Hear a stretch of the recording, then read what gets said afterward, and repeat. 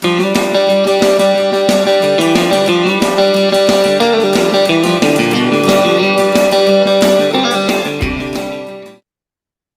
back to the Trusted Visions Weekly Podcast. Stacey, I know we're digging in this month about working with third-party recruiting firms and the advantages of working with those firms. We're going to hit a topic this week that I know is near and dear to your heart, and you love this topic. So we're going to start with you. And for our audience, we're going to talk this week. Stacey's talked a lot about this of, working with third-party recruiting firms and asking questions that you don't know to ask or don't think to ask. And one of the hidden gems within this topic is really talking about those fees out there that broker dealers call a wide gamut of different fees, but they all mean the same.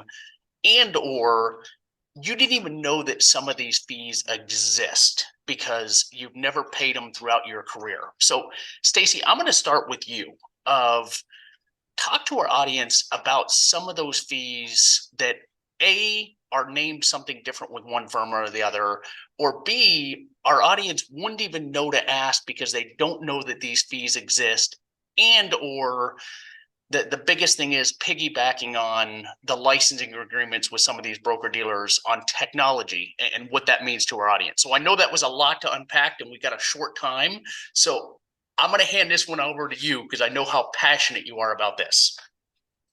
Yes, it really irritates me when an advisor walks into something and they are not told the whole story. I just think that someone maybe there's an integrity factor there. Maybe it's laziness. I don't, let's assume the best here. Maybe just someone forgot to tell them, right? But I think working with Jeremy, working with myself, we can dig into some of those expenses that do exist that you know to compare on your own if you are looking at a change in broker-dealer REA. But where we really excel is asking the questions that maybe you don't know. So as Jeremy said, there's some expenses out there sometimes that you may not even have at your current firm. It doesn't exist at other firms even. So it's kind of unique. It's not ones that, might be dire in a lot of cases, but nuisance fees, and know everyone loves to have their nuisance fee list Of course. longer than their current one. In the last 2 weeks, we talked about a couple examples that were pretty big for a few offices that Jeremy and I were recently working with. Those examples was a direct to fund fee. Another one was 5 basis point platform fee that some broker dealers charge for third-party money managers. Getting beyond that to a few other examples, I was thinking about this, and I think you got to look at it in different categories for your office and how it might be impacting you. So Jeremy, you mentioned licensing fees. I recommend getting a detailed list of the whether it's an annual or monthly, what are the licensing and registration fees at the broker dealer you're currently at today and a broker dealer that you're looking at. Go through those and do a comparison. For example, sometimes SIPC fees are a percentage of your GDC versus a flat fee. Again, one-time fee may not be that big of a deal, but it's something you should be aware of. Sometimes you're going to see a wide difference in what it costs for errors and omissions. I've even seen some broker dealers charge for an outside business activity, like a quarterly fee per outside business activity you have listed. Not every BD charges that. There's supervision fees, compliance usage fees, even split rep code fee. Now I've known some offices that have had like 1,000 different codes for their group. Just consider that if you didn't know that fee existed. Another category you could look at is your trading expenses. Obviously, you're going to look at what ticket charges are, right? That's a big one. But what about other service fees for certain fund families at some broker dealers? Or maybe there's a small account fee that triggers. I spoke with someone yesterday, Jeremy, and at his broker dealer, if he trades ETFs inside of his fee account, he has to sign up for an extra level of research and real-time quotes. That was a new one. Hadn't heard that one before.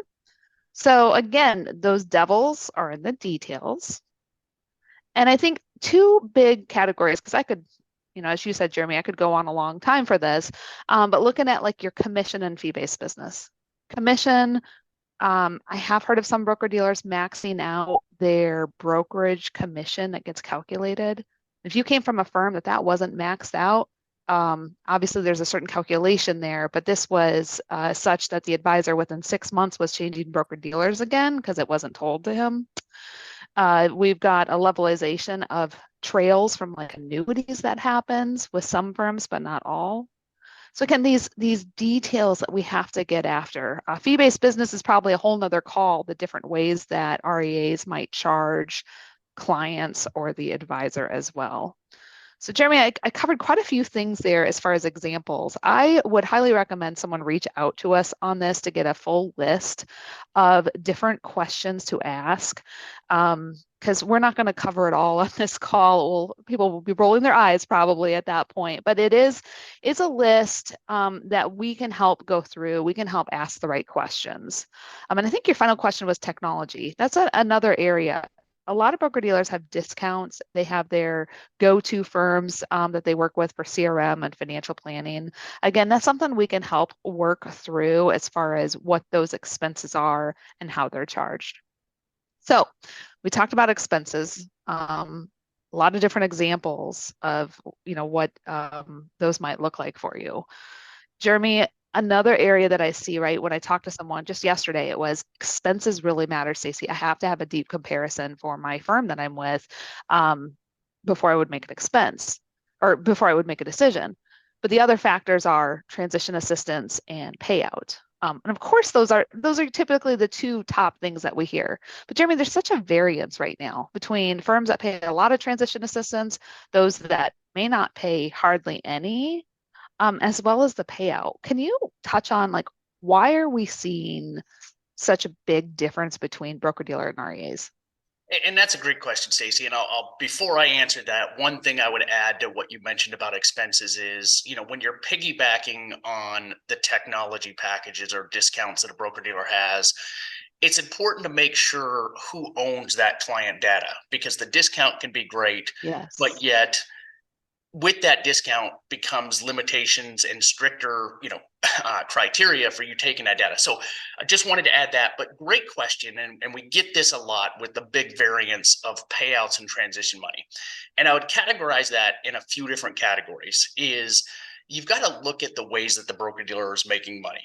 And what I mean by that is some broker dealers are not only the broker dealer, but they're also the custodian. So they're making money on both sides of that. And so it's more profitable for them. Hence, they can become more aggressive in transition and payouts and advisory pricing. Now, there's also what I categorize as those broker dealers that are much more aggressive than others in transition money. I guess to put it bluntly, out of desperation because they're not meeting the growth expectations of whoever their private equity investors are, whoever their investors are. And so the only way to do that is to throw bigger dollars out there because quite frankly, they can't be competitive with the larger firms out there. So it's a sign of desperation. And I don't say that lightly and say that that firm is a bad firm, but that's the reality of the situation. The other side of it would be is if they're not meeting growth expectations, are they, trying to hurry up and grow for an event, whether it's a liquidity event, whether it's going public, whatever that may be, you've got to ask yourself, why is this broker dealer being much more aggressive than another broker dealer? And like I said, it comes down to two categories. It comes down to the side of they can do it because they're more profitable because they have more business lines, or they're doing it out of desperation or a future plan for a liquidity event or whatever that may be. Again, not saying it's a bad thing, but we're seeing ranges of 10% of trailing 12 all the way up to 150% of trailing 12.